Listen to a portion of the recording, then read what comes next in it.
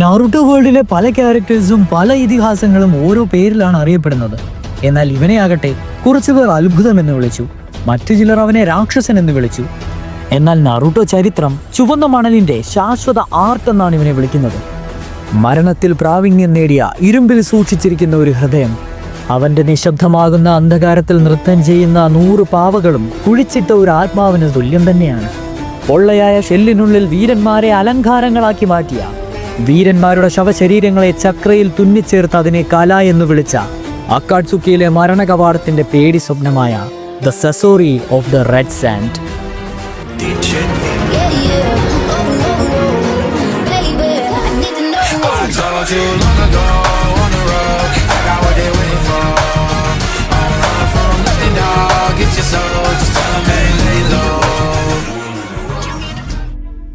Okay fine, Sasori of the red sand.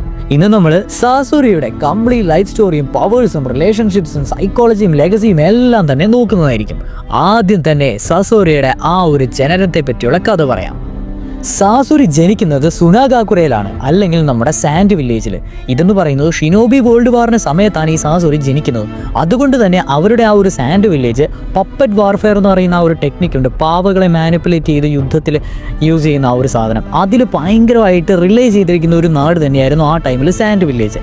അതുകൊണ്ട് തന്നെ കുട്ടിനാൾ മുതൽ എല്ലാവർക്കും അറിയായിരുന്നു ഈ വാർ വരും, നമ്മളെപ്പോഴും നല്ല റെഡി ആയിരിക്കണമെന്ന്. ഈ ഒരു ടൈം അല്ലെങ്കിൽ കാലഘട്ടത്തിലാണ് നമ്മുടെ സസോറി ജനിക്കുന്നത്. ഇപ്പൊ തന്നെ മനസ്സിലായി കാണുമല്ലോ കുട്ടിക്കാലത്തിൽ സസോറിയുടെ വേൾഡ് വ്യൂ എങ്ങനെയാണ്. ഇനി ഫാമിലി നമ്മൾ എടുത്തു നോക്കുകയാണെങ്കിൽ സാസോറിയുടെ 2 പേരൻസും എലൈറ്റ് സാൻഡ് ഷിനോബികളായിരുന്നു. അത് നമ്മൾ നാരുട്ടോ ഡേറ്റാ ബുക്കിൽ പറയുന്നുണ്ട്. പപ്പറ്റ് ടെക്നിക്സിൽ സ്പെഷ്യലൈസ് ചെയ്തിരുന്നവർ തന്നെയായിരുന്നു. എപ്പോഴും മിഷൻസ് ഒക്കെ ആയിട്ട് ഇങ്ങനെ പോയിക്കൊണ്ടിരിക്കുകയായിരുന്നു, കാരണം വാർ ടൈം ആണല്ലോ. അങ്ങനെ ഇരിക്കുകയാണ് ഇവരൊരു മിഷനിൽ 2 പേരും കൊല്ലപ്പെടുന്നത്. ഇവരുടെ ബോഡി പോലും തിരിച്ചു കിട്ടത്തില്ല. സാസോറിക്ക് അവരെ ഒന്ന് അടുത്ത് കാണാൻ പോലും പറ്റിയിട്ടില്ല. ഇത് തന്നെയാണ് സാസോറിനെ ഒരു അബാൻഡൻമെന്റ് ട്രോമയിലേക്ക് തള്ളിവിടുന്നത്. ഒരു ഇമോഷണൽ ആയിട്ട് ഭയങ്കരമായിട്ട് അദ്ദേഹം ഡൗൺ ആവുന്നുണ്ട്.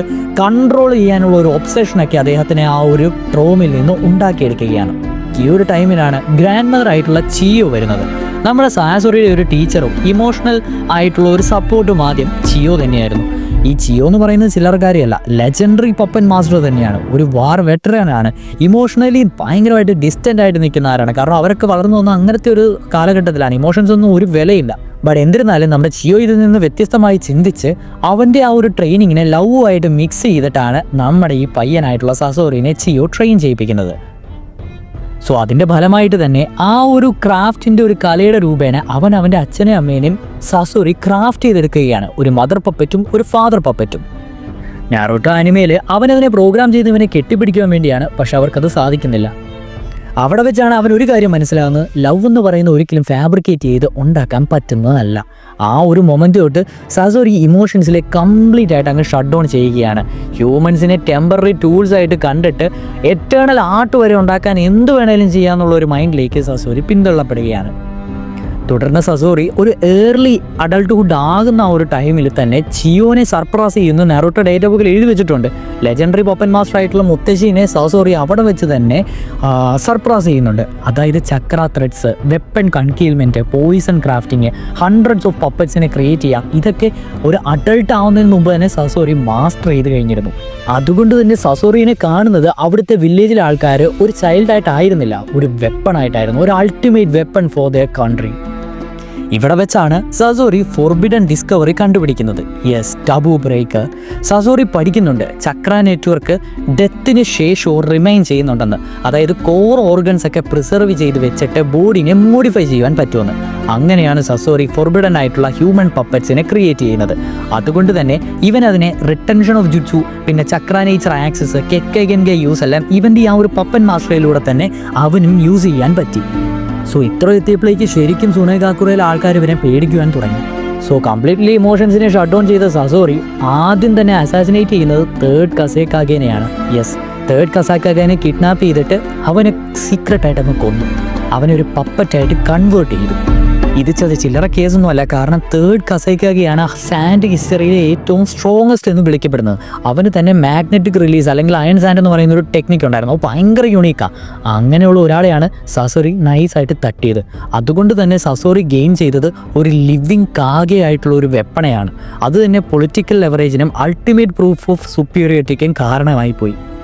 പക്ഷേ ഇതിൻ്റെ ആഫ്റ്റർ എഫക്റ്റ് വന്നത് സുണോഗാക്കുറയിലാണ്. അതായത് വില്ലേജിൻ്റെ സ്റ്റെബിലിറ്റി തന്നെ പോയി സാസോറി ഇവൻച്വലായിട്ട് എക്സ്പോഷർ ഇങ്ങനെ കൂട്ടിക്കൊണ്ടേ ഇരിക്കുകയാണ്. സോ ഇതെല്ലാം മനസ്സിലാക്കിയ നമ്മുടെ സുണോഗാക്കുറെ നമ്മുടെ സാസോറിനെ ലേബൽ ചെയ്യുന്ന ഒരു ട്രൈറ്റർ അല്ലെങ്കിൽ മാസ് മർഡറർ, ഒരു എസ് റാങ്ക് മിസ്സിംഗ് നിഞ്ച ആയിട്ടാണ്. അതുകൊണ്ട് തന്നെ സാസോറി അവിടുന്ന് വിടുകയാണ്. ഒരു റിഗ്രറ്റും കൂടാതെയാണ് വിടുന്നത്. ഒരു റിഗ്രറ്റും ഇല്ല ചെയ്തതിൽ, കാരണം ഇമോഷൻസ് ഒന്നും ഇല്ലല്ലോ.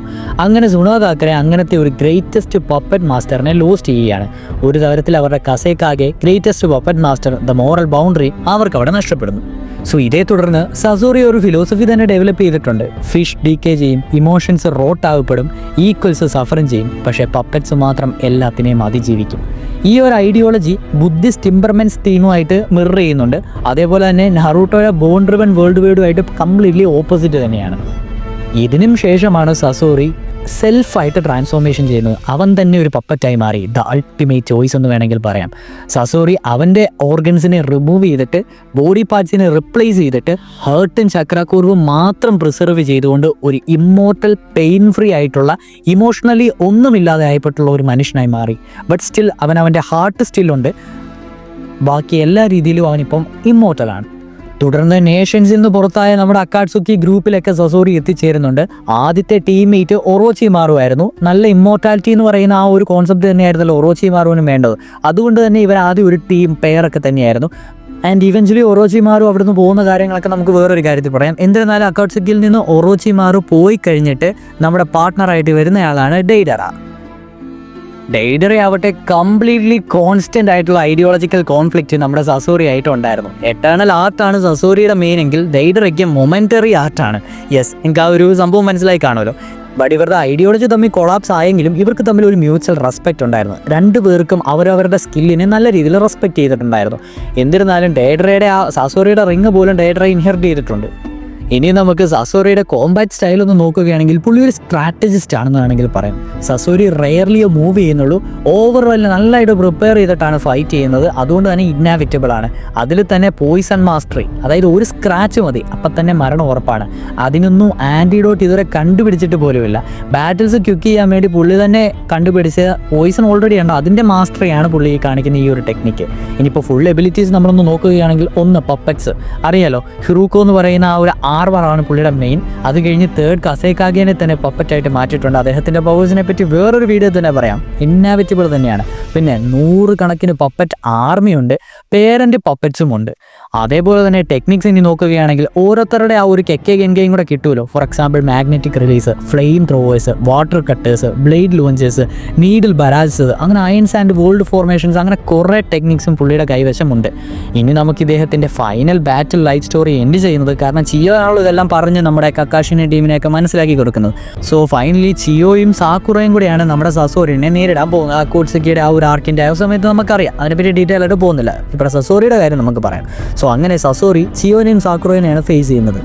സോ ഇവഞ്ച്വലി ചിയോയും സാക്കുറയും കൂടെ ചേർന്ന് നമ്മുടെ സസോറിനെ ഡിഫീറ്റ് ചെയ്യുകയാണ്. ബട്ട് സാസോറിയുടെ ഹാർട്ട് ഇപ്പോഴും ഉണ്ടായിരുന്നുകൊണ്ട് തന്നെ, കാരണം അവൻ മനസ്സിലായി അവൻ എന്തൊക്കെയാണ് ചെയ്തുകൊണ്ടിരുന്നത്. ആ ഒരു റിഗ്രറ്റ് ഫീൽ, അവസാനം ഹേർട്ട് ഉണ്ടല്ലോ സ്റ്റിൽ. അങ്ങനെ സസോറി കൺഫേം ആയാണ്, അവൻ തന്നെ അങ്ങ് കൺഫേം ചെയ്യുവാണ് എനിക്ക് മരിക്കണം എന്നുള്ളൊരു രീതിയിൽ. അങ്ങനെയാണ് നമുക്ക് സസോറിയുടെ ഡെത്തിനെ ഹോണർ ചെയ്യാൻ പറ്റുള്ളൂ. ഇനിയിപ്പോൾ ലെഗസി നോക്കുകയാണെങ്കിലോ, സണഗാക്കുറെ അല്ലെങ്കിൽ സാൻഡ് വില്ലേജിന് ഒരു ഇമോഷണൽ നെഗ്ലക്റ്റിൻ്റെ ഒരു ലെസൺ ഇവൻ പഠിപ്പിച്ചിരുന്നു തന്നെ പറയാം. അതുപോലെ തന്നെ പിള്ളേരെ വെപ്പണൈസ് ചെയ്താൽ എങ്ങനെ ആവിത്തീരുമെന്ന് നമുക്ക് കാണിച്ചു തന്നു. നറൂട്ടോ തീം അനുസരിച്ച് പറയുകയാണെങ്കിൽ സാസോറി ഉറപ്പായിട്ടും റെപ്രസെൻറ്റ് ചെയ്യുന്ന ഇമോഷണൽ ആയിട്ടുള്ള കുട്ടിയുടെ ഒരു ഇതായിരിക്കും. ഒരു ട്രോമ അൺറിസോൾവ് ചെയ്താൽ എങ്ങനെയായി പോകും, ബോൺസിനെ റിജക്റ്റ് ചെയ്ത ഒരാൾ എങ്ങനെയായി പോകും എന്നൊക്കെയാണ്. ഇനി നമുക്കൊരു പവർ സ്കെയിൽ വെച്ച് ചുമ്മാ ഒന്ന് പറയുകയാണെങ്കിൽ ഉറപ്പായിട്ടും സസോറി ഒരു ഹൈ കാഗെ ടയറിൽ തന്നെ വരുന്ന ഒരാളാണ്. ഒരു ജീനിയസ് സ്ട്രാറ്റജിസ്റ്റ് ആണ്. ഐക്യു ലെവൽ നോക്കുകയാണെങ്കിൽ. ഇനി വീക്ക്നെസ് എന്ന് പറയുകയാണെങ്കിൽ അദ്ദേഹം ഷട്ട് ഡൗൺ ചെയ്ത ഇമോഷൻസ് തന്നെയാണ് ഇദ്ദേഹത്തിൻ്റെ ആകെയുള്ള ഒരു വീക്ക്നെസ്. അത് കഴിഞ്ഞ് ഇനി അദ്ദേഹത്തിൻ്റെ ട്രൂ എനിമി എന്ന് പറയുകയാണെങ്കിൽ അദ്ദേഹത്തിൻ്റെ ഇംപേഷ്യൻസും ഇംപെർമനൻസും എല്ലാം വേണം. ഗ്രീഡ്, ഇമ്മോർട്ടാലിറ്റിയുടെ ആഗ്രഹം, അതൊക്കെ തന്നെയായിരുന്നു. So Sasori didn't hate people, he feared of losing them എന്ന് തന്നെ പറയാം. സോ ഇത്രയൊക്കെയാണ് നമുക്ക് Sasori of the red sand എന്ന് പറയുന്ന ആ ഒരു വ്യക്തിയെപ്പറ്റി നിലവിൽ പറയാൻ പറ്റുന്ന കാര്യങ്ങളും life story powers and levels. ഇതിൽ പറയാത്ത കുറേ കാര്യങ്ങൾ മിസ് പോയിട്ടുണ്ടെങ്കിൽ ജസ്റ്റ് കമൻറ്റ് ഡൗൺ ബിലോ. എന്നിരുന്നാലും നാറൂട്ടോയുടെയും പ്രത്യേകിച്ച് അക്കാട്സുക്കി മെമ്പേഴ്സിൻ്റെ ഓരോ ആൾക്കാരെയും പറ്റി നമ്മൾ നിലവിൽ ഇനിയും വീഡിയോ ഇടുന്നതായിരിക്കും. അതുവരെ tata boy, see you next video, take care. വേറെന്തുവാ, ഒന്നുമില്ല. അപ്പോൾ ടാറ്റ.